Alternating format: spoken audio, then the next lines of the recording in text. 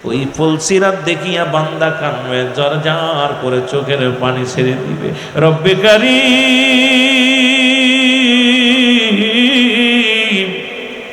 এই ফুলসিরাত আমি কেমনে পার হব?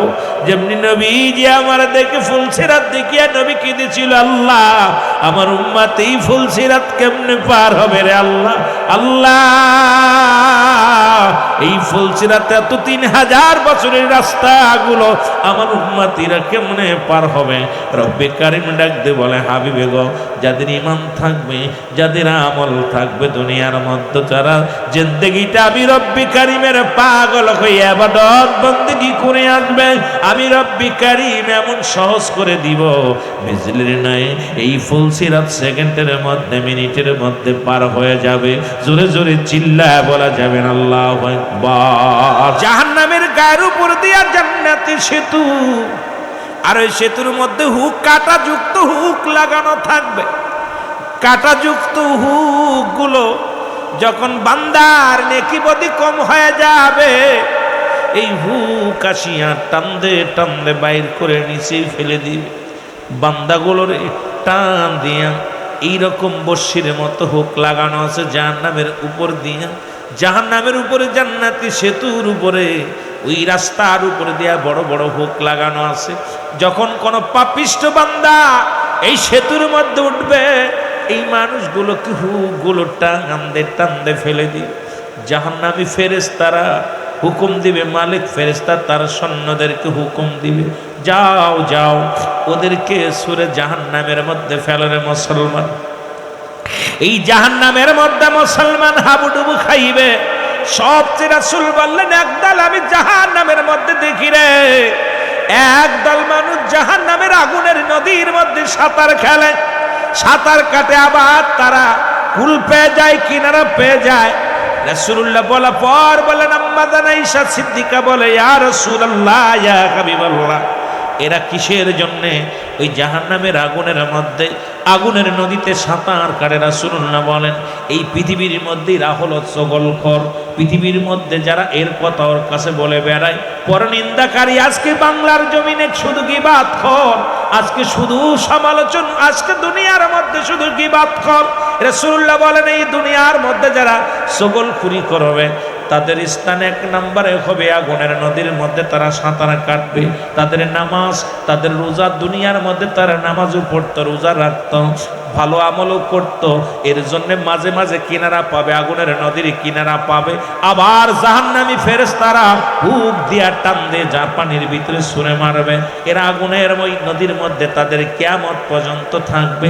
কঠিন হাসরের ময়দানে মুসলমান শুনে নাও, আম্মা জান মুসলমান বললেন, এরপরে দ্বিতীয় জাহান্নামের মধ্যে গিলাম, দেখি রে মুসলমান শুনে নাও, সবচেয়ে করুণ কাহিনী, একদল মহিলারা জাহান্নামের আগুনের মধ্যে দাও দাও করে আগুনে জ্বলে। রাসূলুল্লাহ বললেন, বলা পর আম্মা জান খাদিজাতুল কুবরা বলে, ইয়া রাসূলুল্লাহ, ইয়া হাবিবাল্লাহ, এদের কারণটা কি আমার একটু বলবেন নি? মুসলমান শুনে নাও। আমার নবী বললেন, এই সমস্ত নারীরা হলো লানতকারী। আমার মা বোনেরা শুধু শোনেন বাবা, আজকে বাংলাদেশের শুনে নাও, এরা স্বামীর লানতকারী। পৃথিবীর মধ্যে যারা স্বামীকে গালি দেয়, স্বামীকে অভিশাপ দেয়, আল্লাহর কসম, তার যতই পীরের কাছে যাক, মদিনা শরীফ তপ করুক, আর যতই হজ করুক, জীবনের সমস্ত আমলগুলো বরবাদ হয়ে যাবে। যে সমস্ত নারীরা তার স্বামীকে অভিশাপ দেয়, বলে, অনেক নারী কয়, তুই মরে গেলে বাঁচতাম, তুই ভালো হলি না, জীবনের তোর পালে এসে শান্তি হলো না। এক কথাই যে সমস্ত মা বোনেরা তার স্বামীকে লানত করে অভিশাপ দেয়, আল্লাহর নাও না, ওর পালে এসে শান্তি হলো না, ও মরেও না, এক কথায় স্বামীকে লানতকারী। রাসূলুল্লাহ বললেন, লানতকারী মহিলারা কিয়ামত পর্যন্ত তো জ্বলবেই জ্বলবে, হাসরের ময়দানে বড় অপমানিত হবে, লাঞ্ছিত হবে। আমার বাবারা, আমার গভীর মনোযোগ শুনে নাও, শুনে নাও। রাসূল বললেন, এবার ওই সমস্ত নারী একদল মানুষ দেখলাম, ওরে মুসলমান, শুধু নারী পুরুষ নয়, সব নারী পুরুষ একদল মানুষের মুসলমান শুনে নাও, শুধু গুমরাইতেছে, জাহান্নামের মধ্যে গুমরাইতেছে। রাসূলুল্লাহ বলা পর আম্মা জানা খাদিজাতুল কুবরা বলে ইয়া রাসূলুল্লাহ ইয়া হাবিবাল্লাহ এর কারণ কি? নবী বললেন এই দুনিয়ার মধ্যে সুদখোর আর ঘুষখোর এই হারাম ভক্ষণকারী মানুষগুলো যারা এই নারী আর পুরুষ যারা হারাম খেয়েছে দুনিয়ার মধ্যে সুদের মধ্যে ঘুষের মধ্যে জড়িত ছিল এদের পেটের মধ্যে এই সুদ ঘুষগুলো এই আবর্জনা হয়ে সব বিশ্বয়া দংশন করে কিয়ামত পর্যন্ত করবে কিয়ামতের ময়দানে জাহান্নামে যা পড়ো এদের এই অবস্থা থাকবে রে মুসলমান শুনে নাও আমার নবী বলে খাদিজা রে আর একটা জাহান্নামের মধ্যে গিলা একদল মহিলাদের মাথার উপরে আগুনের কাঠ ঠুকায় ঠুকায় মস্তিষ্ক গুলো খায় আমার মা বোনের আজকে ওয়াজের ভিতরে জাহান্নামের বিবরণে গেলেন মুসলমান এই ভয়াবহ তার কারণটা যদি বর্ণনা করতে যাও অনেক লম্বা আলোচনা আমার বাবারা আমার রাসূল বলেন ওই সমস্ত মেয়েরা যাদের চুল মুবারক দুনিয়ার কোন বেগানা পুরুষ দেখেছে এই সমস্ত বেগানা পুরুষের চুলের মধ্যে মুসলমান শুনে নাও যে সমস্ত মেয়েরা তাদের চুলগুলো ছেড়ে চলাফেরা করে ইয়াউমাল কিয়ামতের ময়দান পর্যন্ত তাদের আগুনের কাকগুলো মস্তিষ্কগুলো ঠুকায় ঠুকায় খাইবে কিয়ামতের ময়দানে তাদেরকে বিজ্জিতি করা হবে হাসরের ময়দান তাদের জন্য বড় কঠিন হবে জাহান্নামের মধ্যে চিরস্থায়ী থাকবে আবাদান আবাদান চিরস্থায়ী ভাবে জাহান্নামের অগ্নিকাণ্ডের মধ্যে তারা থাকবে আমার বাবারা আমার গভীর মনোযোগ আর একদল যায় দেখবে যে সমস্ত মুসলমান একদল নারী জিহ্বাখানা উল্টায় পেরাক মারা রয়েছে পিছনে বলে ইয়া রাসূলুল্লাহ ইয়া হাবিবাল্লাহ এদের কারণ কি? বলে নবী গো নবী আমার ডাক দে বলে এই সমস্ত মেয়েদের কথার আওয়াজ বেইবারের বাইরে চলে গেছে আওয়াজগুলো বাইরে চলে যাওয়ার কারণে এদের জবান আজকে তাদের জিহ্বাটা উল্টা পেরাক লাগানো হয়েছে আজকে এই ওয়াজ যদি বাংলাদেশে করি ও যুবক বাবারা শুনে নাও আগামী কাল আমার ওয়াজ বন্ধ হয়ে যাবে আজকে টিভির মোসর দিলেই মহিলাদের আওয়াজ রেডিও মোসর দিলে মহিলাদের আওয়াজ যত বাংলাদেশ নয় অল পৃথিবীর মধ্যে নারী শাসিতেও আজকে পৃথিবীতে আমরা যাযাবর হয়ে গেছি এমন একটা সময় আসবে নারী যেদিন প্রস্রাব করবে পুরুষ প্রস্রাব করবে নারীরা সন্তান ধারণ করবে ঠিক সেই জামানা পিরা আমাদের মধ্যে চলে আসছে আজকে পুরুষ জাতি আমরা দুনিয়ার মধ্যে ঘরের মধ্যে বসে গেছি নারী ঘরের বাইরে চলে গেছে রাসূলুল্লাহ বলছে এই সমস্ত নারীদের কথা যাদের কথা বলার আওয়াজগুলো বাইরের মানুষগুলো শুনেছে রে মুসলমান এদের জবানটা বন্ধ করার জন্য রব্বে কারীম তার ফেরেশতাদের হুকুম দিবে মালিক ফেরেশতারা সৈন্য রাশিয়া তাদের জিহ্বাটা উল্টা পিছনে পেরাক লাগায় রাখবে আমার নবীজি বললেন খাদিজা রে শোনো আমি দেখলাম মুসলমান একদল মহিলাদের গায়ের মধ্যে পুরুষের গায়ের মধ্যে অনেকগুলো সাপ বিচ্ছু তাদের আক্রমণ করে বলে ইয়া রাসূলুল্লাহ এর কারণ কি? নবী বললেন এক জাতীয় পুরুষ তারা মুসলমান শুনে নাও তার রেশমি কাপড় ব্যবহার করত এক ধর্মের পুরুষ মানুষ তাদেরকে যেটা হারাম করা হয়েছিল সেই রেশমি কাপড়গুলো তারা পরিধান করত এই রেশমি কাপড় পরিধান করার কারণে এই সমস্ত পুরুষের গায়ের মধ্যে সাপ মোছায়া রয়েছে আর এক সমস্ত নারীরা যারা পাতলা কাপড় পরিধান করত জর্জেট কাপড় পরিধান করত এই সমস্ত নারীদের গায়ের মধ্যে দিয়া অসংখ্য সাপ বিষাক্ত সাপ যে বাঁশের সাপের বিষ মুসলমান একবার সবল দিলে কিয়ামত পর্যন্ত গায়ের যন্ত্রণা থাকবে এই সমস্ত সাপ বিচ্ছুগুলো ওই কবরের মধ্যেও থাকবে মুসলমান জাহান্নামের মধ্যে থাকবে কিয়ামতের ময়দানে এই সমস্ত মানুষগুলো লাঞ্ছিত অপমানিত অপদস্থ হবে আল্লাহ আমাদের দয়া করো জোরে জোরে চিল্লায় বলা যাবে না আল্লাহু আকবার এই জাহান্নামের বিবরণ দিয়েছিলেন রাহমাতুল আলামিন যেদিন কোথায় গেলেন রব্বে কারীম যেদিন মিরাজের রজনীতে জান্নাত জান্নাতগুলো দেখে আসলেন সাতটা জমিটা ঘুরে ঘুরে দেখলেন আমার মুসলমান আমার গভীর মনোযোগ সাতটা জাহান্নাম একটার পরে আর একটা একটার পরে আর একটা এইরকম সাততলা জমিনটারে মুসলমান শুনে নাও একটার মধ্যে গেলে প্রথমটার মধ্যে যারা যাবে নিচ তালার মধ্যে যাবে যারা তারা চিৎকার মারবে কারে দ্বিতীয় তালার মধ্যে যখন আসবে তখন তারা চিন্তা করবে আল্লাহ এখানেই বুঝি শান্তি এখানেই বুঝি জান্নাত এরপরে থেকে যখন যাবে এইরকম সাতটা জাহান্নামের বিবরণ রাহমাতুল লিল আলামিন দিয়েছিলেন ওই মিরাজের রজনীতে রহমাতুল লিল আলামিনকে আমার রব্বুল আলামিন তার ফেরেশতা দিয়া গোটা কুল কায়নাতকে দেখাইলেন, জান্নাত জাহান্নাম দেখাইলেন। আমার নবীজি ঘুরে ঘুরে দেখলেন আর জাহান্নামের গায়ের মধ্যে একটা গাছ লাগানো আছে। রাসূল বলে সব চাইতে ভয়ঙ্কর গাছ হলো, সেই গাছটার নাম হলো জাক্কুম নামে কাঁটাযুক্ত গাছ। আর এই গাছটা ধরে ধরে মানুষকে গিরাস করে ফেলবে, মানুষকে খেয়ে ফেলবে। এ মুসলমান শুনে নাও, শুনে নাও, শুনে নাও, রব্বি কারীম আমাদেরকে জাহান্নামের আগুন থেকে বাঁচাও। আল্লাহ জাহান্নামের অগ্নিকাণ্ড থেকে বাঁচাও, জাহান্নামের ওই আগুন থেকে আমাদেরকে বাঁচাও। এ মুসলমান গভীর মনোযোগ, কথাগুলো বলতে গেলে অনেক কথা এসে যায়। রাসূল আকরাম সাল্লাল্লাহু আলাইহি ওয়াসাল্লাম, মুসলমান শুনে নাও, ওরে আদম আলাইহিস সালাম থেকে একটা কথা আমার মনে পড়ে গেল। কথাটা আমার, আদম নবী বসে আছে, আদম আলাইহিস সালামের মাছ আসলেন বা খাবার আসলেন পাক করে খাওয়ার জন্য। এমন সময় কাঁচা খাওয়ার মতো নয়, আদম আলাইহিস সালাম দাবি করলেন, আল্লাহ তুমি আমার একটু আগুনের ব্যবস্থা করে দাও। সঙ্গে সঙ্গে আগুন আসলেন, এই আগুনটা যে পাতিলের মধ্যে রাখলেন, পাতিলটা পুড়িয়া এবারে মুসলমান আগুনটা জাহান্নামে চলে গেলেন। একবার নয়, দুবার নয়, 7 বার জাহান্নামে চলে গেলেন। এবার মুসলমান জিগাইলেন জিবরিল আমিনের কাছে, জিবরিল আমিন রে ওই আগুনখানা কোথায় গেল? বলে আল্লাহর নবী আদম শোনেন গো, ওই আদম জাতির জন্য রব্বুল কারীম যে জাহান্নাম বানাইছে, সেই জাহান্নামের এত আগুনের এত তাপ, এই আগুনের কুণ্ডিগুলো, আগুনের টুকরাগুলো পৃথিবীর মধ্যে কোনো পাতিলে ধারণ করতে পারবে না। এই পাতিলগুলো পুড়িয়া পুড়িয়া জাহান্নামে চলে যাবে রে মুসলমান। এই আগুনের মধ্যে হবে জাহান্নামীদের ঠিকানা। আল্লাহ রাব্বুল আলামিন ওই জাহান্নাম থেকে আমাদের বাঁচাও, রক্ষা করো। জোরে জোরে চিল্লায়া বলা যাবে না আল্লাহু আকবার। বলতেছিলাম 1 নাম্বার হলো মানুষের মরণ, 2 নাম্বার হলো মুসলমান, 2 নাম্বার হলো কবর, 3 নাম্বার হলো কিয়ামতের ময়দান। এখন আল্লাহ দুনিয়ার মধ্যে আমি আপনি আপনাকে বোঝানোর জন্য কিছু কথা বলতে হবে। আল্লাহ রাত শুরু করেছে নামাজ দিয়া, দিনও শুরু করেছে নামাজ দিয়া। এই নামাজের গুরুত্ব আমাদের সুন্নি ভাইদের মধ্যে একেবারেই নাই।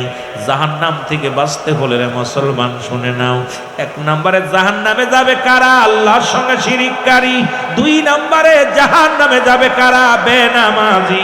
মুসলমান শুনে নাও, শুনে নাও, এরে মুসলমান ওই কিয়ামতের ময়দানে 7টা প্রশ্নের জবাব দিতে হবে। এই জবাবগুলো আমি আপনাদের কাছে আস্তে আস্তে আলোচনায় যাব, ধীরে ধীরে আলোচনায় যাব। এই 7টা জবাব দেওয়া পর আপনার জান্নাত বা জাহান্নামে যাবেন রে মুসলমান। তবে জাহান্নামের ভিতরে নিক্ষেপ করা হবে। 1 নম্বরে মুসলমান, 1 নম্বর হলো রব্বুল আলামিনের সঙ্গে যারা শিরিক করবে, এই শিরিকি করবে রব্বে কারীমের সঙ্গে, এরা জাহান্নামে চলে যাবে। 2 নম্বর বেনামাজি, তোমার নামাজটা মুসলমান নামাজের জন্য জাহান্নামে যাবে। 3 নম্বরে রোজার জন্য জাহান্নামে যাবে। 3 নম্বরে মুসলমান। 4 নম্বরে যাকাতের জন্য জাহান্নামে যাবে। যাকাত যারা পরিমাণ নেশাব পরিমাণ মালের মালিক হয়েছে, বান্দারে ডাকতে বলে, বান্দা দুনিয়ার মধ্যে আমি আল্লাহ অর্থ দিয়েছিলাম, দুনিয়ার মধ্যে আমি সম্পদ পেয়েছিলাম তোমারে, তুমি কোন পথে ব্যয় করলে, কোন পথে আয় করলে? মুসলমান শুনে নাও, শুনে নাও। 4 নম্বর এবং 5 নম্বর মুসলমান শুনে নাও, এই যাকাতের জন্য 5 নম্বর তোমার যৌবন কালটা তুমি কেমনে কাটাইলা? মুসলমান শুনে নাও, ইমানের আমল হবে এদিন কিয়ামতের ময়দানে যখন আপনাকে জবাবদিহিতা করতে হবে, সেদিন জবাব দেওয়া সম্ভব হবে না। সবাই ইয়া সালিম, ইয়া সালিম বলে কানবে। মানুষের জবানের মধ্যে থাকবে ইয়া সালিম, আল্লাহ আমাকে নিরাপত্তা দাও, শান্তি দাও, শান্তি দাও। কেউ কেউ বলবে লাদ্রি, যখন প্রশ্ন করবে পারবে না বলবে লাদ্রি। তাছাড়া সবার জবানে থাকবে আল্লাহ ইয়া সালিম, ইয়া সালিম, আল্লাহ আমাকে নিরাপত্তা দাও, শান্তি দাও। এই শান্তি যদি পাইতে হয় দুনিয়ার জিন্দেগির মধ্যে ইবাদত করার দরকার আছে কিনা? এই জন্য বলতেছিলাম মানুষের মৃত্যু যেহেতু 2টা টাইমে হয়। ও মুসলমান শোনো, রাত শুরু করেছে আমার আল্লাহ নামাজ দিয়া, দিনও শুরু করেছে আমার আল্লাহ নামাজ দিয়া। দিনের শুরু হলো বান্দারে ফজর, ও বান্দা ফজরের 2 রাকাত সুন্নাত নামাজ তুমি আদায় করলা, সঙ্গে সঙ্গে তুমি হয়ে গেলে রাসূলের প্রেমিক। এখন মুখে মুখে আমরা সবাই সুন্নি বলি, মসজিদে পাওয়া যায় না। বাতিলেরা এই জন্য আমাদেরকে বলে সুন্নিরা নামাজ পড়ে না। বড় দুঃখ লাগে তখনই মনের ভিতরে যে এখন আপনারা কেন নামাজের মধ্যে যান না। আমার বাবারা আমার শুনে নেন, সমস্ত খারাপ কাজ থেকে বাঁচায় নামাজ, ঠিক কিনা? সমস্ত খারাপ কাজ থেকে বাঁচায় নামাজ। অথচ আমরা নামাজের প্রতি গুরুত্ব কম, দাড়ির প্রতি গুরুত্ব কম। রাসূলকে ভালোবাসি, কথাগুলো বলতে গেলে অনেকের কলিজার মধ্যে লাগবে, কষ্ট লাগবে। বলে নবীরে ভালোবাসি, জানের চাইতে বেশি ভালোবাসি, কিন্তু মুখের দাড়িগুলো 30 দিন কাটি। মুসলমান সপ্তাহে 1 দিন শেভ হয়। তুমি যদি রাসূলকে ভালোবাসো, আজ থেকে শপথ করবা, সুন্নি জামাতে যদি ঢুকতে চাও, আহলে সুন্নাতুল জামাতের যদি সদস্য হতে হয়, অবশ্যই রাসূলের দায়মি সুন্নাতগুলো আদায় করতে হবে। জোরে জোরে চিল্লায় বলেন ঠিক কিনা? আমার খুব কষ্ট হয়, আমরা রসুলের জন্য রসুলকে ভালোবাসি ঠিক আছে, কিন্তু রসুলকে, রসুলের আদর্শগুলো, রসুলের সুন্নাত মাফিক আমাদের জীবন যাপন করার দরকার আছে কিনা? জোরে বলেন আছে কিনা? আপনারা সবাই রসুলকে বলেন আহলে সুন্নাতুল জামাত বলে দাবি করেন, সবাই বলেন আমরা সুন্নি, অথচ যেটা আপনাদের মুখে থাকার দরকার ছিল, যারা আপনারা আমারে গালি দেয়, আমার নবীরে গালি দেয়, তাদের মুখ ভরা দাড়ি, আর আমরা রাসূলের সুন্নাত ফেলে দিয়া বলি নবীকে ভালোবাসি। কথা কয় না কেন? কথা বলেন না কেন? এটা কি দুঃখজনক না? এই সুযোগটা তাদের দেব কেন? রসুলকে ভালোবাসি, আমার নবীরে ভালোবাসি, আমার নবীর সুন্নাতগুলোকে ভালোবাসি। যারা বলেন ঠিক কিনা? যেহেতু রাসূল ইমানের মাপকাঠি, একটা হলো ইবাদত, একটা হলো আমল, একটা হলো ঈমান। একটা হলো ঈমান, একটা হলো আমল। আমল হলো নামাজ, রোজা, হজ, যাকাত ইত্যাদি ইত্যাদি, আর ঈমান হলো নবী মুহাম্মদুর রাসূলুল্লাহ সাল্লাল্লাহু আলাইহি ওয়াসাল্লাম। কিন্তু আমরা সুন্নি বইলা দাবি করি, মুখের দাড়িগুলো প্রতিদিন কামাই দিই। যারা বলেন ঠিক কিনা? আমি বলি আপনারা এখন আমার রাসূলের সুন্নাত যারা আদায় করেন না, যারা রাসূলের সুন্নাতের উপরে গুরুত্ব দেন না, আমি তাদের বলি সুন্নি জামাতে থাকার ইখতিয়ার তাদের নাই। যদি আমার উপরে কষ্ট পান, তবু আমি বলে যাব, আজ থেকে প্রতিজ্ঞা করব রাসূলের দাইমি সুন্নাতগুলো আমরা ফংখানে ফংখানে আমল করব। জোরে বলেন ঠিক কিনা? রাজি আছেন? জোরে বলেন রাজি আছেন? আমার ভাইয়েরা, আমার বন্ধুরা, আমার 2 রাকাত সুন্নাত নামাজ তুমি আদায় করলা বান্দা, তুমি হয়ে গেলে আমার রাসূলের প্রেমিক। এবার 2 রাকাত ফরজ নামাজ তুমি আদায় করলা, সঙ্গে সঙ্গে তুমি হয়ে গেলে আমার আল্লাহর গোলাম। এখন রাতের দিনের মধ্যে যদি তোমার মরণ হয়, 1 নম্বরে তুমি হবা আমার নবীর প্রেমিক, আল্লাহর গোলাম। জোরে জোরে চিল্লায়া বলা যাবে না সুবহানাল্লাহ? এখন যারা ফজরের নামাজ পড়েন নাই, তারা কি নবীর প্রেমিক হতে পারছেন না আল্লাহর গোলাম হতে পারছেন? কথা বলেন না কেন? ওয়াজ শোনা নফল বন্দেগী, নামাজ ছিল ফরজ। মুসা আলাইহিস সালাম যখন রব্বে কারিমের সঙ্গে দিদার করতে গেলেন, তা মুসা নবী বলতেছিল, হে রব্বে কারিম, আপনার কাছে আমার একটা দাবি। সেই দাবিটা হলো যে আমার কওমের লোক তো খুব অলস, তাদেরতে খানা খাওয়াই, প্রতিদিন খাবার উপর থেকে নাজিল করেন, দেন একটু খাবারের ব্যবস্থা করে দিবেন, যাতে করে আমার উম্মতিরা খাইতে পারে। রব্বে কারিম ডাক দে কয়, নবী মুসা, এইটা চিন্তা তোমার করা লাগবে না, কারণ আমি সমস্ত মাকলুকাতকে খাওয়াই, তোমার এই সীমার কম লইয়া শুধু ভাবো, আর চিন্তা অন্য কম নিয়ে ভাবো না, কারণ গোটা কুল কায়নাতকে আমি রব্বে কারিম খাওয়াই। সুবহানাল্লাহ বলেন। মুসা আলাইহিস সালাম কয়, না আল্লাহ, আমার কওমের জন্য আমি দোয়া করলাম। কয়, তোমার দোয়া আমি কবুল করলাম, তবে তুমি যাও, তোমার বিদায় করে দিলাম। মুসা নবী যখন রওনা দিছে, হাতের মধ্যে লাঠি নিয়ে পাহাড়ের মধ্যে দেখে বিশাল একটা পাথর। এই একটা পাথরের মধ্যে কয় বাড়ি মারো। মারছে পাথরের মধ্যে বাড়ি মারার পর পাথরের ভিতরে একটা নদী, এই নদীর ভিতর থেকে বাইর হয়ে আসে, পানির ভিতরে একটা বাড়ি মারো। যখন বাড়ি মারছে, পানির ভিতর থেকে বাইর হয়ে আসছে একটা হরিণ, হরিণের মুখে তাজা ঘাস। মুসা আলাইহিস সালাম বলে, আল্লাহ তুমি কি দেখাইলা? আমার নবীকে আল্লাহ ডাক দে বলে, হে নবী মুসা, শোনো, ওই পাহাড়ের মধ্যে পাথর, পাথরের মধ্যে নদী, নদীর মধ্যে আবার হরিণ বাস করে, হরিণেরকে আমি তাজা ঘাস খাওয়াই। সুতরাং পৃথিবীতে যত মাকলুকাত আছে, যেখানে থাকুক না কেন, আমি রব্বে কারিমের দায়িত্ব নিয়েছি, সমস্ত মাকলুকাতকে আমি খাওয়াই। সুবহানাল্লাহ। আর একটু জোরে, আরো জোরে। শুধু তাই নাই, সুলাইমান পয়গম্বর আপনারা নাম শুনেছেন। এই সুলাইমান পয়গম্বর নদীর কিনারায় বসে আছে, নদীর কিনারায় দাঁড়িয়ে আছে লাঠি নিয়ে। পয়গম্বর সুলাইমান দেখে একটা পিপিলিকা তার মুখে একটা খাবার নিয়ে রওনা দিছে। সুলাইমান পয়গম্বর দেখে বড় আশ্চর্য হয়ে গেলেন, ডাক দিয়ে বলেন, হে পিপিলিকা, দেখে বসে আছেন, দাঁড়াইয়া দাঁড়ায় দেখতে লাগলেন, দেখি কি হয়। এইবারে পয়গম্বর সুলাইমান পয়গম্বর দেখলেন ওই পিপিলিকাটা গুটি গুটি পেয়ে সাগরের কাছে আসলেন। সুলাইমান পয়গম্বর চিন্তা করে সাগরে ডুবে পিপিলিকাটা মারা যাবে, হয়তো পিপাসা লাগছে তা সাগরে যায়, পিপিলিকা যদি সাগরে পানি খাইতে যায় এটাকে সম্ভব, বাঁচা সম্ভব? সুলাইমান পয়গম্বর দাঁড়ায় রইলেন। হঠাৎ করে দেখে সাগরের ভিতর থেকে একটা ব্যাঙ লাফ দিয়ে উঠছে।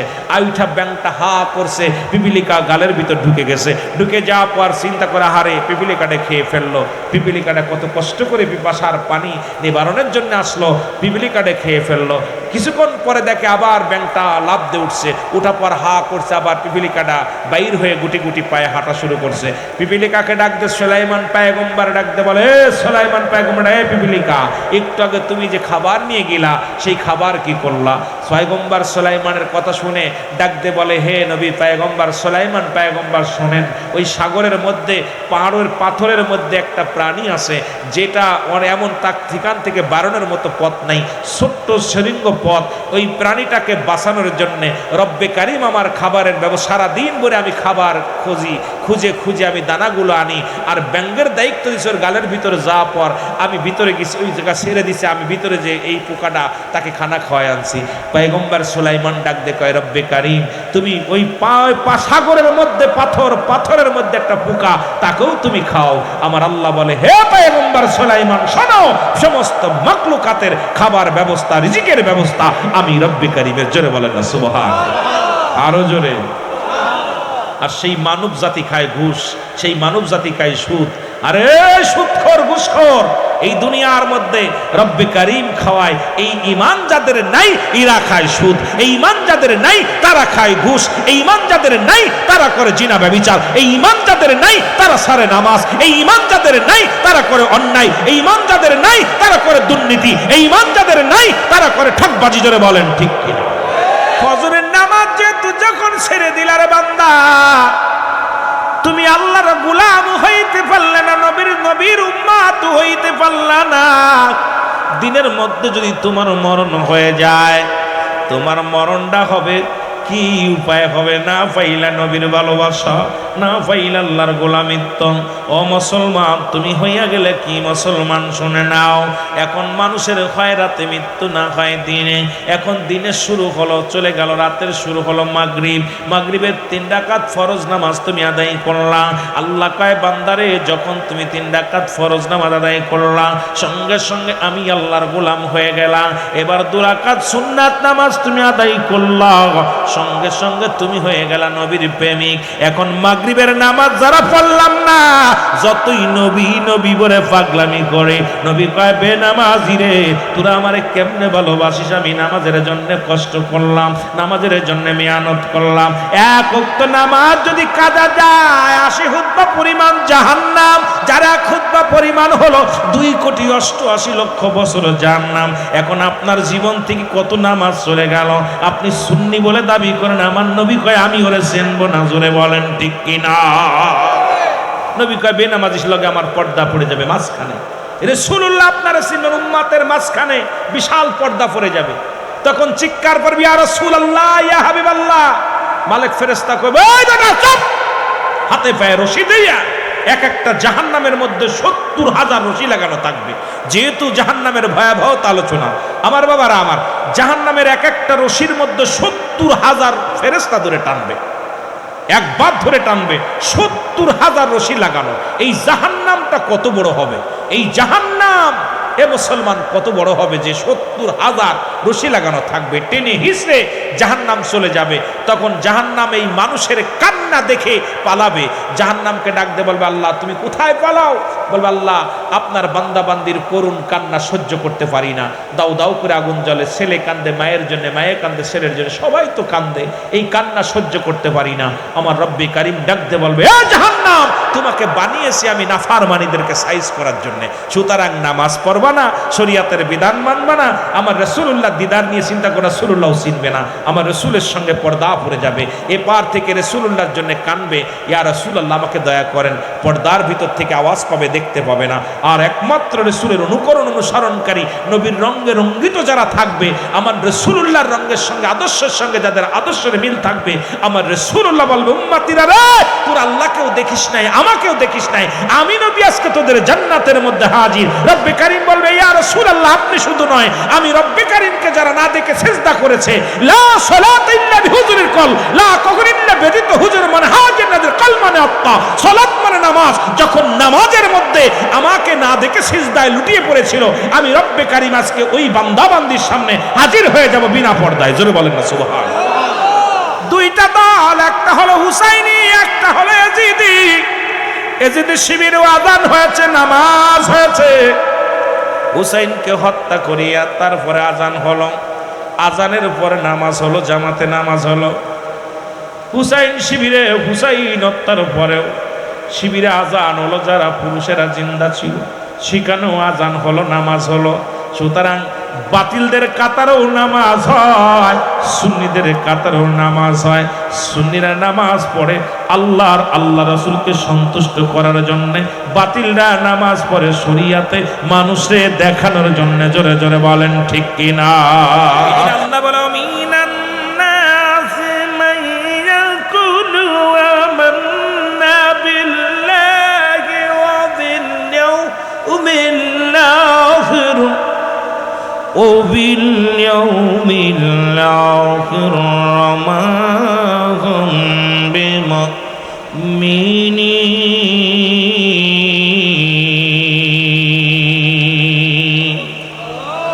আল্লাহ কয়, হাবিব রে, মিনান নাস, মানুষের মধ্যে মাকুল, তারা বলবে আমার নাত্র ঈমান আনছে বিল্লাহি, আল্লাহর প্রতি। মানুষের মধ্যে বেঈমান আছে, মুনাফিক আছে, আছে কথা বলেন আছে কিনা? আরো জোরে বলেন আছে কিনা? আমার ভাইরা, আমার বন্ধুরা, আমার গভীর মনোযোগ। এই জন্য আল্লাহ রাব্বুল আলামিন নাস বলে সমাধান করে না, আমার আল্লাহ কমিনান নাস, মানুষের মধ্যে মায়াকুলু, তারা বলবে আমার নাতের ঈমান আনছে বিল্লাহি, আল্লাহর প্রতি, ওয়াবিল ইয়াউমিল আখির, কিয়ামতের প্রতি বিশ্বাস স্থাপন করেছে, ওমা হুম বিমুমিনিন, ওরা বলবে আমরা মুমিন, আমরা মুত্তাকিন। আল্লাহ বলেন না না, ওরা মুমিন হতে পারে না, ওরা মুত্তাকিন হতে পারে নাই, ওদের জন্য আমি রেখে দিলাম উইদ্দাতানিল কাফিরিন। জোরে জোরে চিল্লা বলা যাবে না আল্লাহু আকবার। ওরে মানুষ যখন মারা যাবে রে, বলতেছিলাম তিনটা বিপদ। নাম্বার 1 হলো মানুষের মরণ, নাম্বার 2 হলো কবর, নাম্বার 3 হলো কিয়ামতের ময়দান। বান্দা বান্দি যখন মারা যাবে, এর কবরে যখন রেখে দিবে, অনেক লম্বা আলোচনা, আমি অত আগাইতে পারবো না, বাবারা আমার রেখে দিবে। সঙ্গে সঙ্গে ওই কবরে একজন ফেরেশতা আসবে, নাম তার নোমান ফেরেশতা। এই নোমান ফেরেশতা যখন বান্দা তোমারে ডাক দিয়ে উঠাইবে, বান্দা দুইটা বিষয় দেখাইবে রে বান্দা, জাহান্নাম তোমার জান্নাতে যাবি। এ মুসলমান, জিন্দেগি ভরে তুমি যত আমল করেছিলা সবগুলো তোমার দেখাইবে রে বান্দা, দেখে বড় খুশি হয়ে যাবে। এবার বান্দারা তোমার হাত তার হাত থেকে বাঁচবে কেমনে করে? আবার তোমারে যখন তুমি দুনিয়ার মধ্যে অন্যায় করেছিলে, বেনামাজি ছিলে, তুমি অন্যায় পথে জীবন যাপন করেছিলে, বান্দা সব কিছু তোমারে দেখাইবে। বান্দা বলবে না না না, আমি অন্যায় করি নাই, আমি জুলুম করি নাই, আমি ঘুষ খাই নাই, নামাজ ছাড়ি নাই, অন্যায় করি নাই। এর নোমান ফেরেশতা ডাক দিয়ে বলবে, বান্দা অমুক তারিখে তুমি অমুক কাজ করেছিল, অমুক জায়গা অমুক অন্যায় করেছিলা, সামনে তোমার আয়নার মতো হয়ে যাবে রে। এ মুসলমান শুনে নাও, এই কবর জিন্দেগির মধ্যে দ্বিতীয় বিপদ হলো কবর। এই কবরের জিন্দেগি ঢুকার পরে বিপদ শুরু হয়ে যাবে। নোমান ফেরেশতা ডাক দিয়ে বলে, বান্দারে তুমি যাও, ওই জান্নাতি বান্দা হলে বান্দা তোমার জন্য জান্নাত অপেক্ষা করে, 8টা জান্নাতের দরজা খোলা থাকবে। বান্দারে যা যা, ওই জান্নাত থেকে সুন্দর সুন্দর নিয়ামতগুলো আসবে, তোর সুন্দর ঘিরান আসবে, ফল ফলাদি যত নিয়ামত আছে কিয়ামত পর্যন্ত কবরে শুয়ে শুয়ে ভোগ করবে। আর জাহান্নামীদেরকে জাহান্নামের 8টি দরজা খুলে দেয়া হবে রে মুসলমান। এই জাহান্নামের অগ্নিকাণ্ড সব বিচ্ছুগুলো কবরের মধ্যে হাজির হয়ে যাবে। ও মুসলমান, এইগুলো কিয়ামত পর্যন্ত দংশন করতে থাকবে। আর কবরে কোনো রাত আর দিন নাই, দিন আর রাত নাই, সকাল আর সন্ধ্যা নাই। ওই যে কবরে শুরু আছে, কিয়ামত পর্যন্ত কোনো শেষ মুসলমান শুনে নাও, এর আগে কোনো শেষ নাই রে মুসলমান। যখন আপনার ইসরাফিল আলাইহিস সালাম সিংহের মধ্যে ফু লাগাইবে, দুনিয়াটা কিয়ামত হয়ে যাবে, দুনিয়ার সব মানুষগুলো উঠে যাবে রে বান্দা।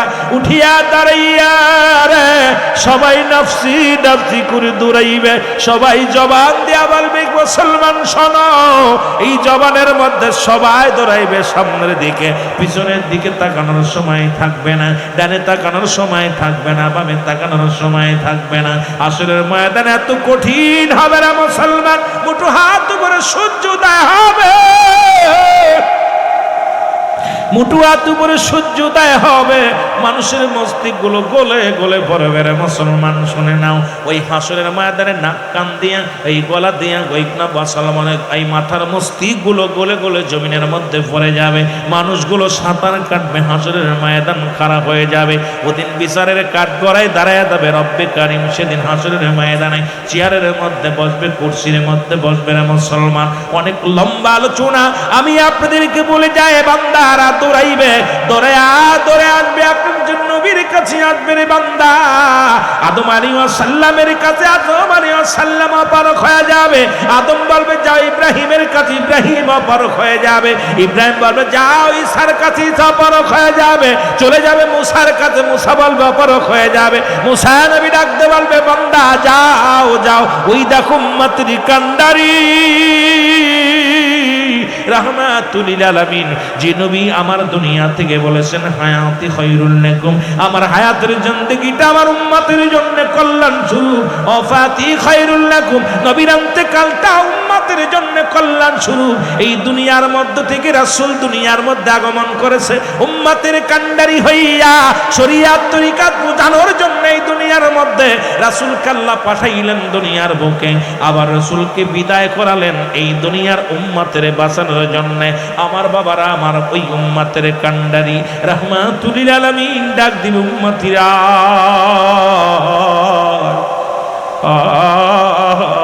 উম্মতিরা আমার নবীরে যারা চিনবে ওই হাসরের ময়দানে তারাও বিপদ থেকে বেঁচে যাবে।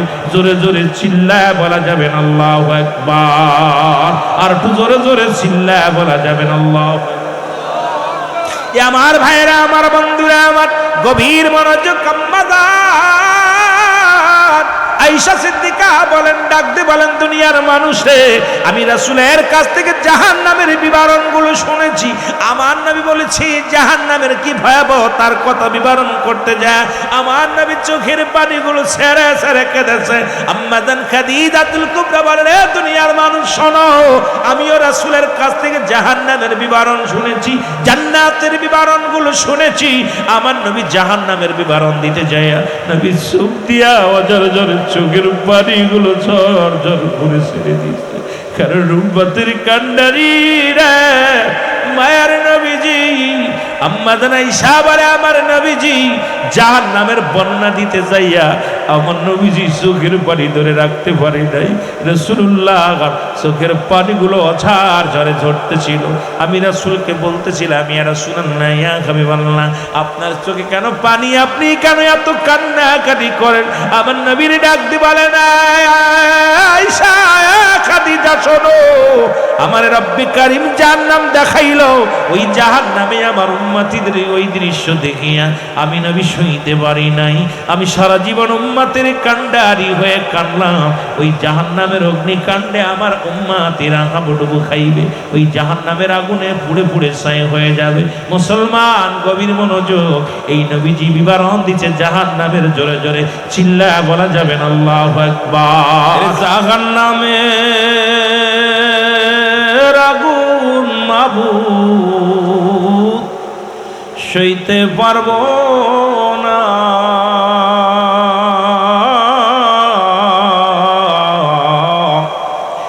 দুনিয়াতে লৌকা কান্দায়া কবরে কান্দায়ো না, দুনিয়াতে লৌকা কান্দায়া কবরে কান্দায়ো না। কাল কিয়ামতের মাঠে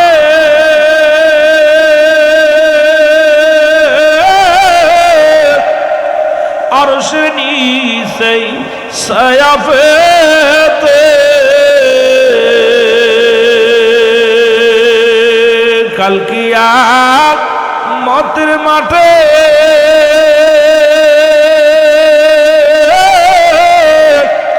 আরশের নিচে ছায়া পেতে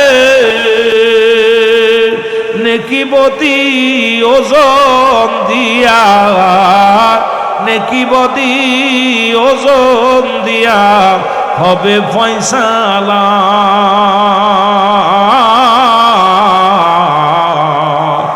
দুনিয়াতে লৌকা কান্দায়া কবরে কান্দায়ো না, দুনিয়াতে লৌকা কান্দায়া কবরে জাহান্নামের আগুন মাবুদ, জাহান্নামের আগুন মাবুদ সইতে পারবো না।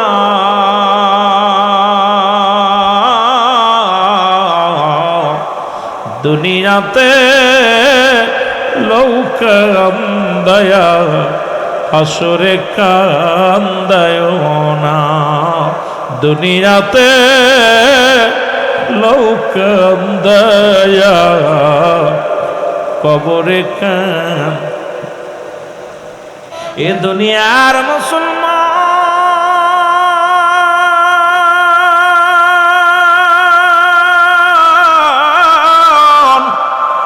এ জীবন জীবন নয়, এমন একটা জীবন আসবে যে দেশে গেলে মানুষের বিচার হয়, যে দেশে গেলে মানুষের হিসাব হয়, যে দেশে গেলে মানুষ আর কোনোদিন ফিরে আসে না।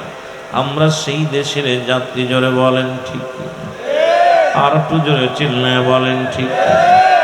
ও মুসলমান গভীর মনোযোগ, যেহেতু সব কিছু থুইয়া, সব কিছু ফেলে থুইয়া আপনি চলে যাব, রব্বুল আলামিন ডাকতে বলেন কুল্লু মান আলাইহা ফান। আল্লাহ কয় বান্দারে, এই পৃথিবীর মধ্যে যা কিছু আছে আমি চূর্ণ বিচ্ছিন্ন করে দিব। ও মুসলমান, আমি পিরাইটা আলোচনার মধ্যে বলি, কার জন্যে তুমি ঘুষ খাও, কার জন্যে তুমি সুদ খাও, কার জন্যে তুমি এত মস্তানি করো, কার জন্য মিথ্যা মামলা দাও, কার জন্য দুনিয়ার সম্পদ লণ্ঠন করো। রব্বে কারিম ডাক দি বলে বান্দা, এই পৃথিবীর মধ্যে যা কিছু আছে সব চূর্ণ বিচ্ছিন্ন হয়ে যাবে। এই পৃথিবীর মধ্যে যা কিছু আছে সব কিছু চূর্ণ বিচ্ছিন্ন হয়ে যাবে। এই জমিনটা পুরো তামা বানায়া দিবে আমার আল্লাহ।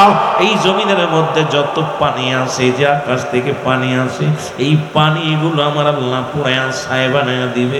যেদিন কিচ্ছু বলতে কিচ্ছু থাকবে না, সেদিন থাকবে শুধু আমার আল্লাহ। ও মুসলমান শুনে নাও, সেদিন থাকবে আমার রব্বে কারিম, আমার আল্লাহ। আল্লাহ কয় বান্দারে, সেদিন থাকবে আমি আমার রাসূলুল্লাহর ভালোবাসা নিয়ে। সেই নবীজির প্রেম ভালোবাসা দরকার আছে কিনা? আর একটু জোরে জোরে চিল্লায় বলা যাবে না আল্লাহু আকবার। মানুষের তিনটা বিপদ, নাম্বার 1 হলো মানুষের মরণ, এক নাম্বার হলো মানুষের মরণ, 2 নাম্বার বিপদ হলো মুসলমান কবর, 3 নাম্বার বিপদ হলো কিয়ামতের ময়দান। যেদিন হাসরের ময়দান হবে, জাহান্নামের গায়ের উপর দিয়া জান্নাতি সেতুখানা হবে রে মুসলমান। এই সেতুখানা এমনও হবে, তোর মুসলমান দিলের কান্ডা লাগা শোনো, ও দুনিয়ার মুসলমান দিলের কান্ডা লাগা শোনো। ওই হাসরের ময়দানে রব্বি কারীম যেদিন বিচারের কাঠগড়ায় দাঁড় করে দিবে রে, এই মানুষগুলোর পার হওয়ার হাসরের ময়দান পার হবে, জাহান্নামের উপর দিয়ে হাসমস জান্নাতি সেতু থাকবে, এই সেতুখানা পার হইয়া জান্নাতে চলে যাবে। এই সেতুখানা বা কোন কোন কিতাবের মধ্যে আছে মুসলমান 3000 বছর, মুসলমান 3000 বছর লাগবে এই সেতুটা পার হওয়ার জন্যে। 1 বছর লাগবে সেতুর মধ্যে উঠতে, 1 বছর পার হওয়া করতে, আর 1 বছর লাগবে নামতে। মুসলমান এই 3000 বছর, 1000 বছর লাগবে শুধু উঠতে, 2 সিঁড়ি বাইয়া উঠতে। 2000 বছর মুসলমান ওকে অতিক্রম করার জন্য 3000 বছর লাগবে নামতে। এই জাহান্নামের উপর দিয়ে সেতুখানা পার হইয়া আল্লাহর জান্নাতে যেতে হবে। জোরে বলো মারহাবা। এই সেতুখানা পার হবে মুসলমান, এত ধারালো থাকবে তরবারির মতো, মুসলমান ধারালো চিকুন হবে চুলের ন্যায়।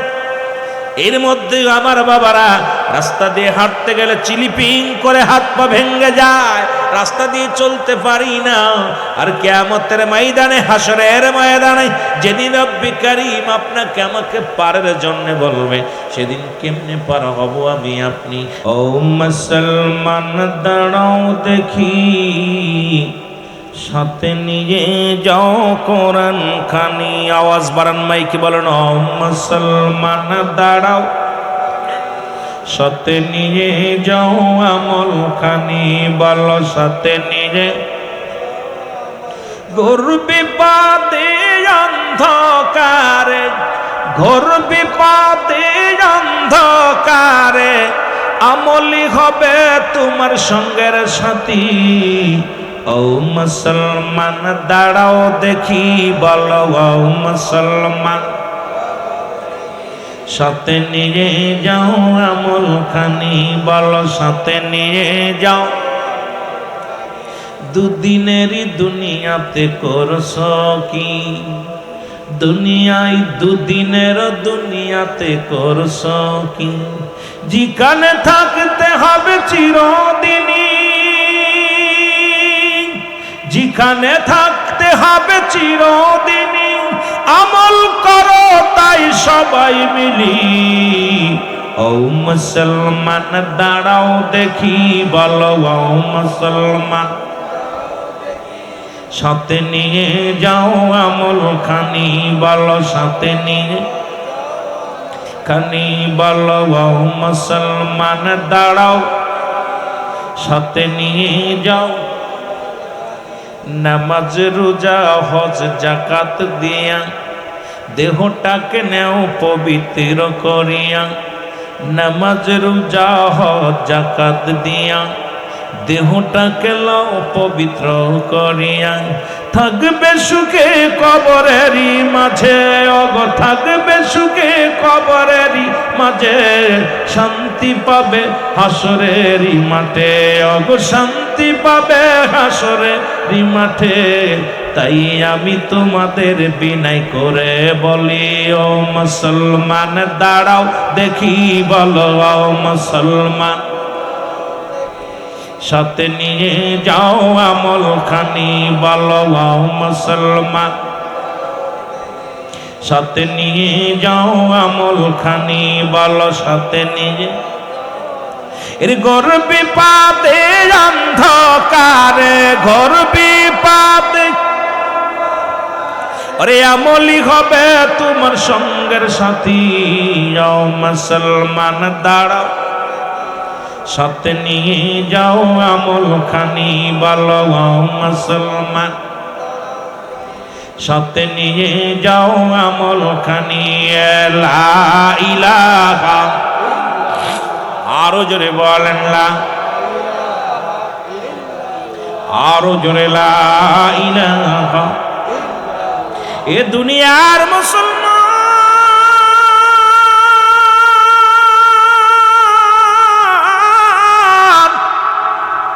ওই জাহান্নামের ভয়ে, কবরের ভয়ে নবীর সাহাবীগণ কেঁদেছিল, তাবিগণ কেঁদেছে, খোলাফায়ে রাশিদিনরা কেঁদেছে। শুধু তাই নয়, আল্লাহর ওলিগণ কেঁদেছে। হক্কানি আলেম ওলামারা কেঁদেছে, কারণ ওই কবরটা বড় দুষ্কর, কবরটা বড় ভয়ঙ্কর, যেখানে চিরজীবন চিরদিনের জন্য থাকতে হবে মুসলমান।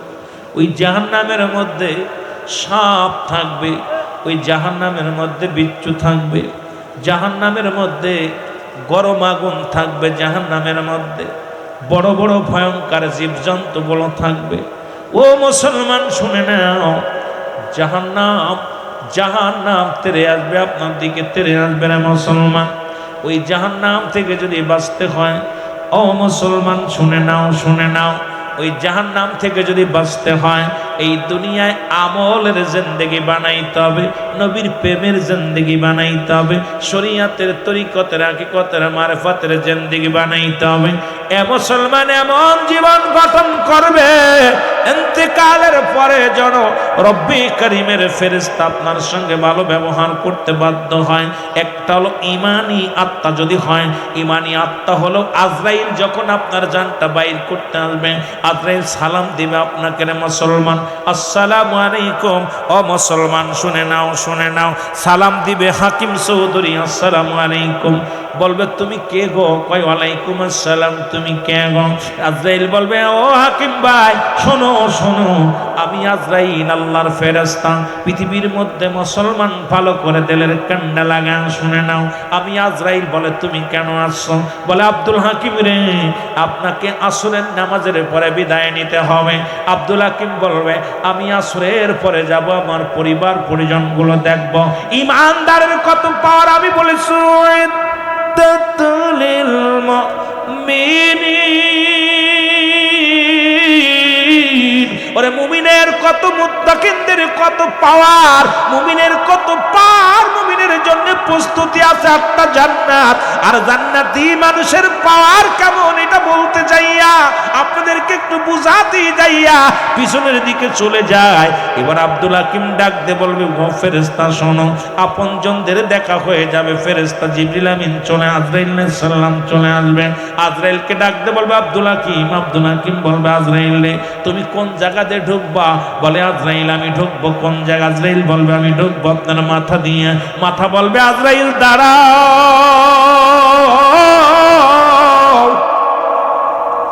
ওরে আমি দুনিয়ার মধ্যে কোনো মানুষের সিজদা মারি নাই, দুনিয়ার মধ্যে আমি আমার রব্বে করিমের সিজদা করেছি।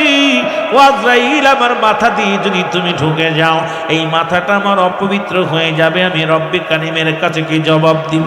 আমার মাথাতে আমি ঢুকতে দিব না। আজরাইল দাঁড়ায়া যাবে, চলে যাবে, বলে এবার ঢুকবো আপনার পায়ের কাছে। পা বলবে আজরাইল দাঁড়াও, আমি আমার পাতে ঢুকতে দিব না, কারণ এই পা দিয়ে যখন আজান পড়ে তো আমি মসজিদে চলে যাইতাম, কোথাও কোরআনের মাহফিল হলে সেখানে আমি চলে যেতাম, ভালো কাজে আদেশ করার সঙ্গে সঙ্গে আমি চলে যেতাম, আমার পা দিয়ে তোমার ঢুকতে দিতে পারি না। চলে যাবে হাতের কাছে, হাত বলবে আজরাইল দাঁড়াও, আমার হাত দিয়া দুনিয়ায় দান ধ্যান করেছি, হাত দিয়ে আমি কি করি নাই? এই হাত দিয়ে গানের প্যান্ডেলের টাকা দিই নাই, এই হাত দিয়ে মদের প্যান্ডেলের টাকা দিই নাই, এই হাত দিয়ে জুয়ার প্যান্ডেলের টাকা দিই নাই, এই হাত দিয়ে দুনিয়ার মধ্যে কোনো মূর্তি পূজারি করি নাই, এই হাত দিয়ে আমার রাসূলের অনুষ্ঠানে আমি মিলাদুন নবীর খরচ করেছি, এই হাত দিয়ে আমি মসজিদের জন্য দান করেছি, এই হাত দিয়ে আমি মাদ্রাসার জন্য দান করেছি, আমার এই হাত দিয়ে আমি কোথায় ওয়াজ মাহফিলে দান করেছি, 10 মানুষের পাশে দাঁড়িয়েছি, এই হাত দিয়ে টাকা দিয়ে কোনোদিন মদের টাকা দিই নাই, জুয়ায় টাকা দিই নাই, এই হাত দিয়ে আমি ঢুকতে দিতে পারি না। আজরাইল দাঁড়াও, আজরাইল দাঁড়ায়া যাবে, বলবে এবার ঢুকবে মুখ দিয়ে, মুখ বলবে আজরাইল দাঁড়াও, আমার এই মুখ দিয়ে আমি মাওলার জিকির করেছি, আমার রাসূলের দুরূদ পড়েছি, আমার মুখ দিয়ে তোমার ঢুকতে দিতে পারি না। আজরাইল দাঁড়ায়া যাবে, ও যুবক, ও যুবক, কত পাওয়ার ইমানদারের পাওয়ার আর কাফেরদের আর ইমানদারের মধ্যে কত পার্থক্য রে মুসলমান। এবার ডাকতে বলবে ও হাকিম মোল্লা শোনো, হাকিম চৌধুরী শোনো, আমি ঢুকবো তোমার চোখ দিয়া। চোখ বলবে আমি কোনোদিন সিনেমা দেখি নাই চোখ দিয়া, এই চোখ দিয়ে কোনো বেগানা নারী চেহারা দেখি নাই, এই বেগানা চোখ দিয়া দুনিয়ার মধ্যে কোনো অন্যায় পথে যাই নাই, আমার এই চোখ দিয়ে কোরআন পড়েছে, আমার এই চোখ দিয়ে উলামায়ে কেরামরে দেখেছি, আমার এই চোখ দিয়ে আমার মা বাবার মায়ার নজরে দেখেছি, আছি, আমার চোখ দিয়া আমি আমার রবের এই সৃষ্টি জগৎটাকে আমি কি করেছি। আমার বক্তাকে বলেছিল সারা পৃথিবী রব্বে কারিম বানাইলেন কুন আর ফায়াকুন বলিয়া, ফেরেশতা বানাইলেন আল্লাহ কুন আর ফায়াকুন বাইর হয়ে যাও কুন বলিয়া বাইর করলেন। আসমান যেমনি বানাইছে আল্লাহ এমনি তোরে বানাই নাই, জমিন যেমনি বানাইছে তোরে এমনি বানাই নাই। ফেরেশতারা আল্লাহর নিকটবর্তী সব সময়, ফেরেশতাদের যেমনি আমার আল্লাহ বানাইছে রে বান্দা এমনি তোরে বানাই নাই। আমার আল্লাহ রব্বুল আলামিন এমনি তোরে বানাই নাই। এই দুনিয়া যেমনি বানাইছে এমনি তোরে বানাই নাই, পাহাড় যেমনি বানাইছে এমনি তোরে বানাই নাই। আমার আল্লাহ কয় বান্দারে আমি তোরে কুদরতি হাত মুবারক দিয়া আমি আমার বান্দাদেরকে বানাইলাম। এই জন্য গোটা পৃথিবীর কুল কায়নাতের মধ্যে শ্রেষ্ঠতার আসনে আমি আমার বান্দারে বসাইয়া দিলাম। আপনারা শুনলে খুশি হবেন, সব সময় ফেরেশতারা আল্লাহ পাকের নিকটবর্তী একদম কাছে থাকে। আল্লাহকে আমি ফেরেশতাদের যেমনি বানাইছি এমনি তোদের বানাই নাই। আমি আমার কুদরতি হাত দিয়া আমি আমার বান্দারে বানাইছি। এই বান্দা সিজদা করবে আমারে, এই বান্দা আমি আল্লাহরে ডাকবে, আমি এত মায়া করে আদর করে বানাইছি। সুবহানাল্লাহ কইতেন নি? আরো জোরে আরো জোরে। এই মানুষের এত দাম, এই মানুষের এত দাম। এই যে আপনার মুখের দিক তাকায় দেখেন, আরবিতে বলে ফাহমুন, ইংলিশে বলে ফেস, বাংলায় বলে মুখমণ্ডল। তাকায় দেখেন কত সুন্দর আকৃতি, কত সুন্দর নাক, কত সুন্দর চোখ, কত সুন্দর দাঁত, কত সুন্দর। আপনার দেহখানার মুখের দিকে তাকায়, আয়নার দিকে তাকায় দেখবেন আল্লাহ আপনাকে কত সুন্দর করেছে। এই সৌন্দর্যের শেষ নাই। সুবহানাল্লাহ বলেন আরো জোরে। রব্বে কারিম তার কুদরতি হাত মুবারক দিয়ে আপনার এই দেহ মুবারক, আপনার মাথা মুবারক এইটুক বানাইছে আল্লাহ রব্বুল আমিন। এইটুক বানাইছে ফেরেশতা দিয়া তোরা হয়ে যা, আর বাকিটুক রব্বে কারিম এই মাথা থেকে গলা থেকে শুরু করে আপনার মাথা মুবারক এই আপনার ফেসটা, এই ফেসটা আমার রব্বে কারিম নিজের কুদরতি হাত দিয়ে বানাইছে।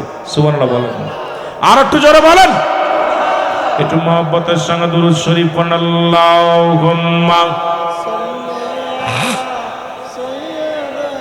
এর মানুষ বানাইছে আল্লাহ প্রেমের কারণে, বলো মানুষ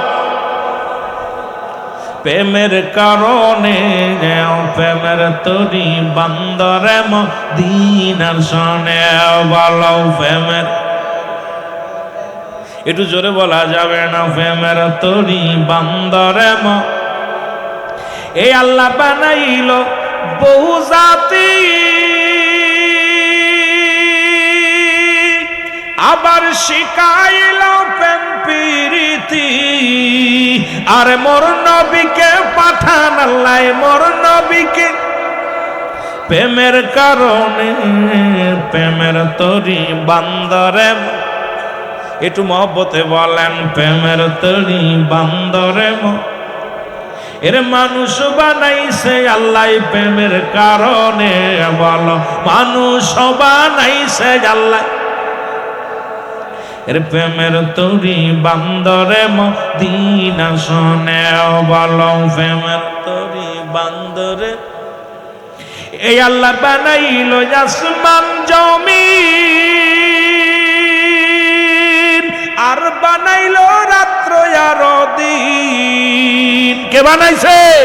এই আল্লাহ বানাইল আসমান জমিন, আর বানাইল রাত্র আর দিন। আমার হাবিবকে পাঠাইল আল্লাহ, হাবিবকে পাঠাইল আল্লাহ প্রেমের কারণে, বলো হাবিবকে পাঠাইছে আল্লাহ। আর প্রেমের তরি বান্দরে মদিনা শোনে, বলো প্রেমের। এ আল্লাহ বানাইল বহু জাতি, আবার শিখাইল প্রেম প্রীতি। সব শিখাইছে কে? কত জাতি বাড়াইছে, কত আপনাকে 18,000 মাকলুকাত। ওরে পানির ভিতর কত মাকলুকাত আছে এটা কইতে পারতেন না, কথা কইতেন না। এর বানাইল বহু জাতি, আবার শিখাইল প্রেম প্রীতি। আর নবীকে পাঠাইল আল্লাহ, হাবিবকে প্রেমের কারণে, প্রেমের তরি বান্দরে মদিনা শোনে, বলো প্রেমের তরি।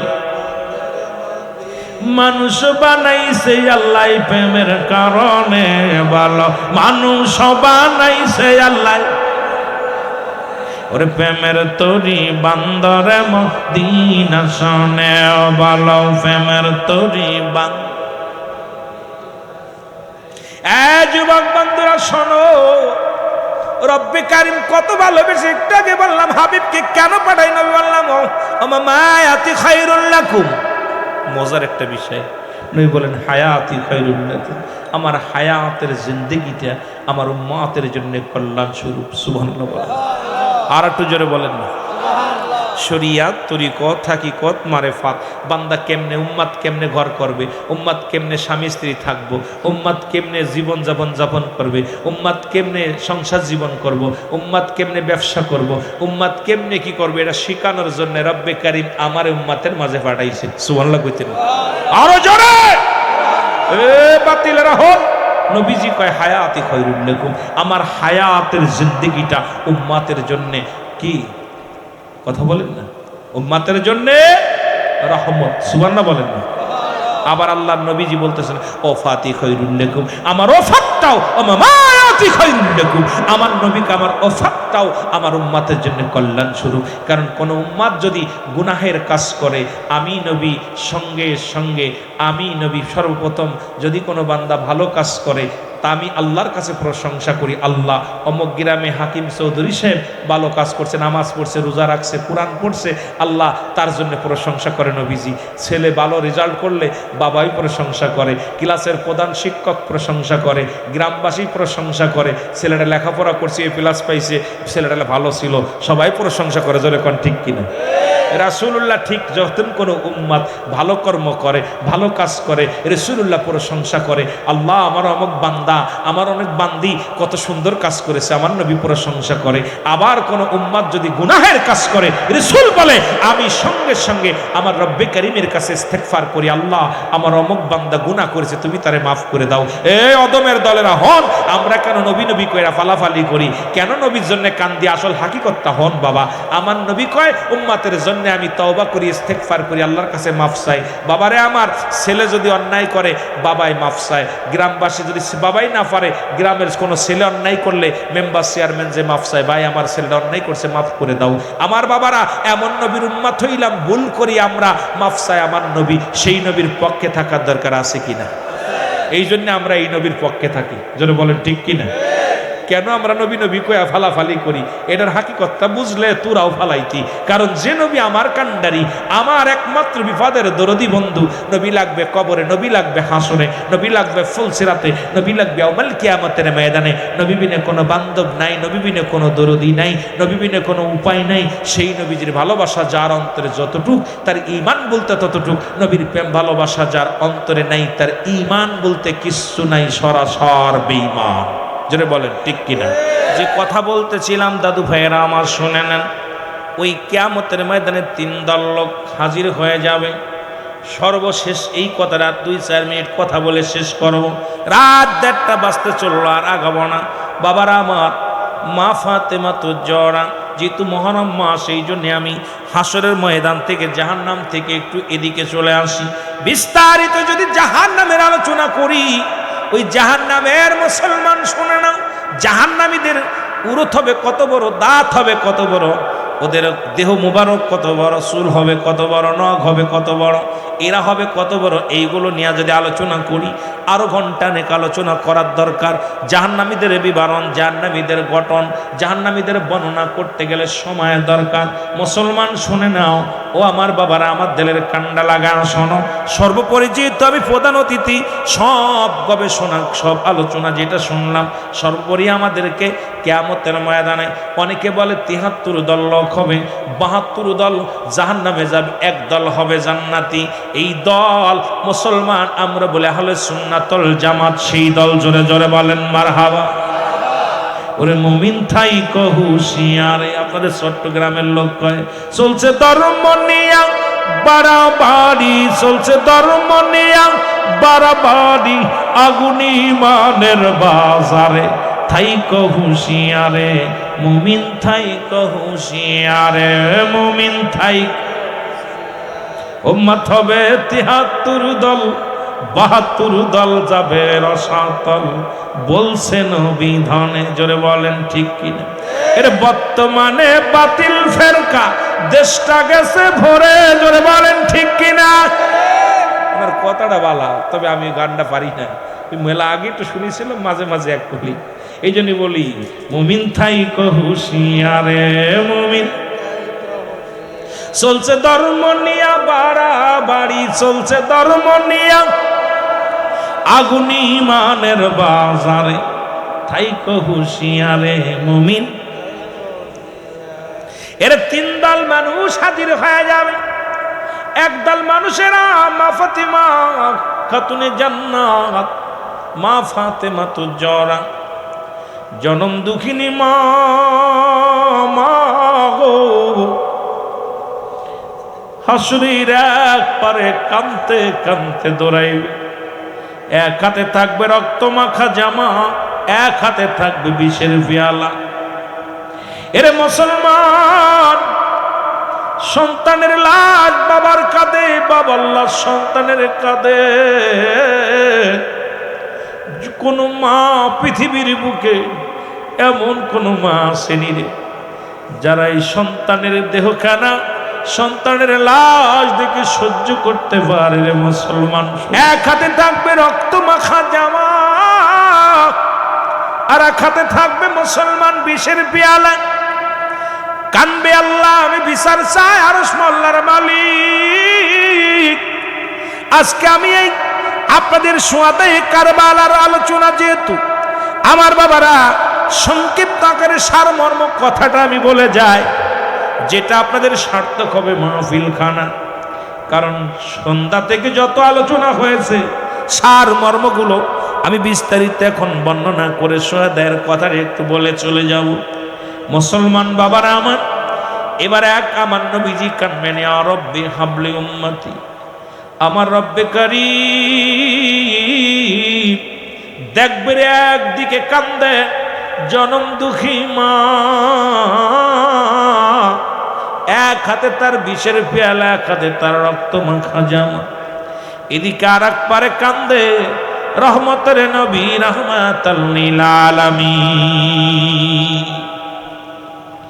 রব্বি কারীম ডাকতে বলবে, হাবিব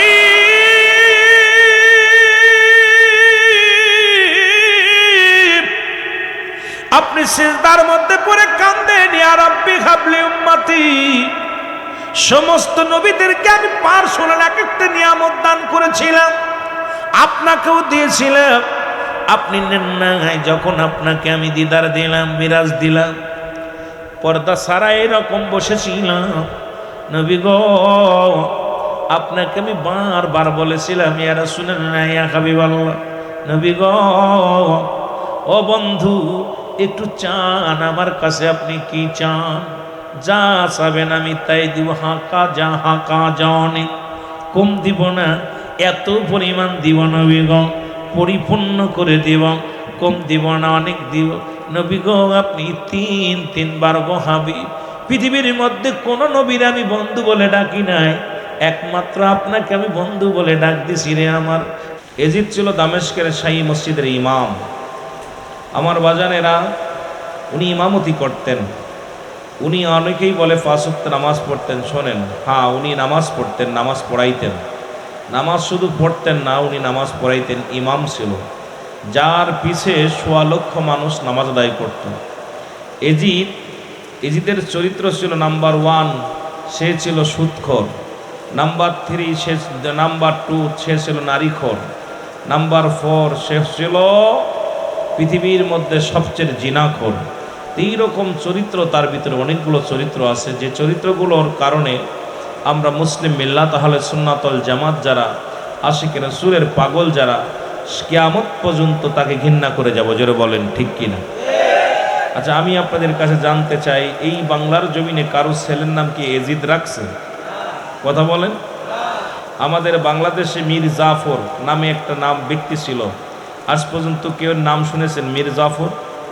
নাম রাখে না, মীর জাফর রাখে না। হয়তো জাফর ইকবাল রাখে, জাফর মোল্লা রাখে, না হলে মীর যদি মীর গোষ্ঠী থাকে কয় জাফর উল্লাহ। কথা বুঝলেন? কেউ কয় না মীর জাফর। তা সুতরাং পৃথিবীর ইতিহাসের সবচেয়ে নগণ্য জঘন্য নাম হলো মাস্টার এজিদের নাম। জোরে বলেন ঠিক কিনা? আমার ভাইকেও আলোচনা দিয়েছিল যে বিষয়টার উপরে, যে বললেন যে রাসূল সাল্লাল্লাহু আলাইহি সাল্লাম লাউ পছন্দ করতেন, এটা যদি কোনো ব্যক্তি কয় পছন্দ করি না, কাফের। শরিয়াতের বিধান অনুযায়ী হালালকে যারা হারাম বলবে, এক কথায় সে কাফের কাফের কাফের। হারামকে হালাল বলার কোনো এখতিয়ার নেই, আর হারামকে হালাল বলার কোনো এখতিয়ার নেই। সুতরাং হারাম তো হারামই, হালাল তো হালাল হালাল। জোরে বলেন ঠিক কিনা? সুতরাং হাসান হুসাইন রাদিয়াল্লাহু তাআলা শুহাদায়ে কারবালার সেই করুণ ইতিহাস আমরা অনেক আলেম ওলামার থেকে শুনেছি, ওলামা ইকরাম থেকে আমরা অনেক আলোচনা শুনেছি। সব কথার এক কথা হলো, আমাকে আপনাকে বুঝতে হবে যে হাসান হুসাইনকে নবী বলছে আমি হাসান হুসাইন, হাসান হুসাইন আমার। যারা হাসান হুসাইনকে ভালোবাসবে, আমি নবীকে ভালোবাসা হবে। আমরা সুন্নি জামাত হাসান হুসাইনকে ভালোবাসতে চাই কি চাই না? আরো জোরে বলেন, চাই কি চাই না? আমার ভাইয়েরা, হাসান হুসাইন জান্নাতের দুটি ফুটন্ত গোলাপ। হাসান এবং হুসাইন যুবকদের সরদার, যুবকদের সরদার। মা ফাতেমাতুজ জাহরাত, উনি হলেন মহিলাদের সরদারিনী। আর আমার নবী হলো কুল কায়নাতের রহমত, রহমাতাল লিল আলামিন, গোটা বিশ্ববাসীর জান্নাতের সরদার। জোরে বলেন মারহাবা। একটু মহব্বতের সঙ্গে দুরূদ শরীফ পড়েন, আল্লাহুম্মা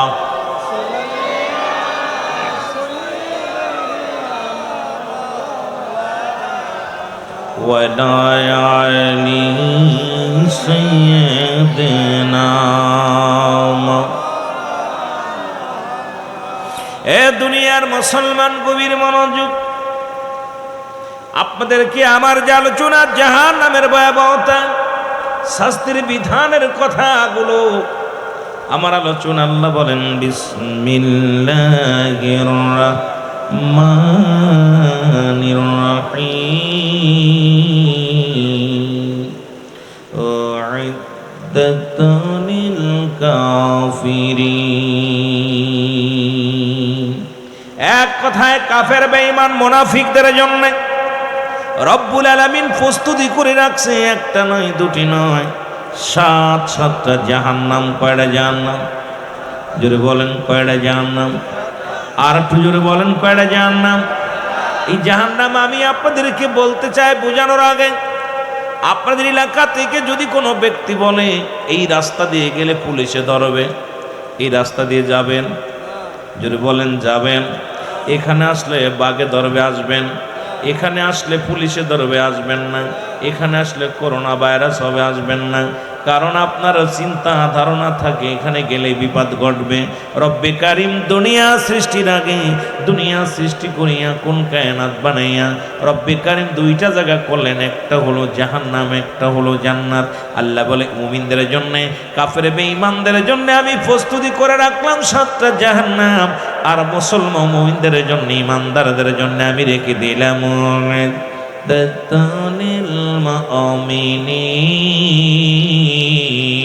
আর মুমিন মুত্তাকিনদের জন্য আমি রব্বি কারীম রেখে দিলাম 8টা জান্নাত। জোরে জোরে চিল্লায় বলা যাবে না সুবহানাল্লাহ? এ দুনিয়ার মুসলমান,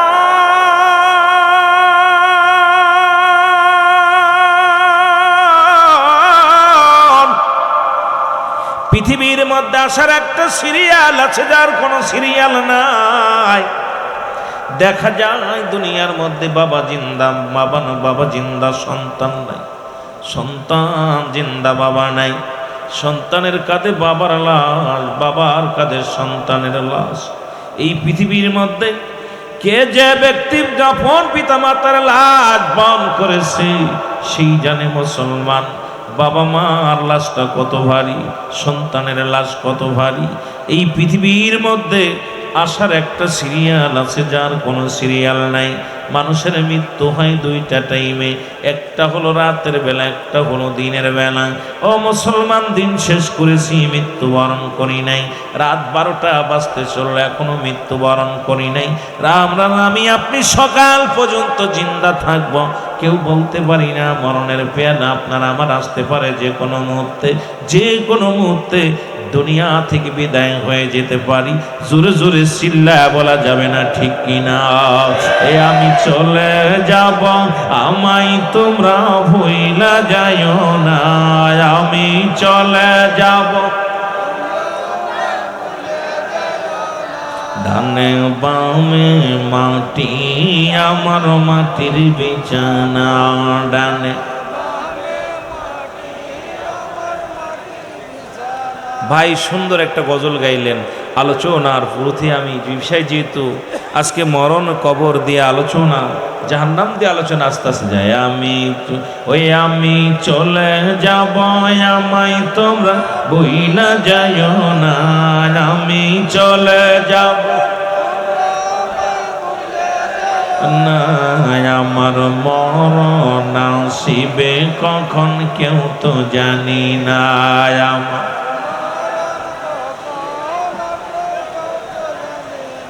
টাকা পয়সা দালান কোটা যাহা করেছি, সব কিছু ফেলাইয়া আজি একাই চলাইছি রে। আমি সব কিছু ফেলাইয়া আজি একাই চলেছি।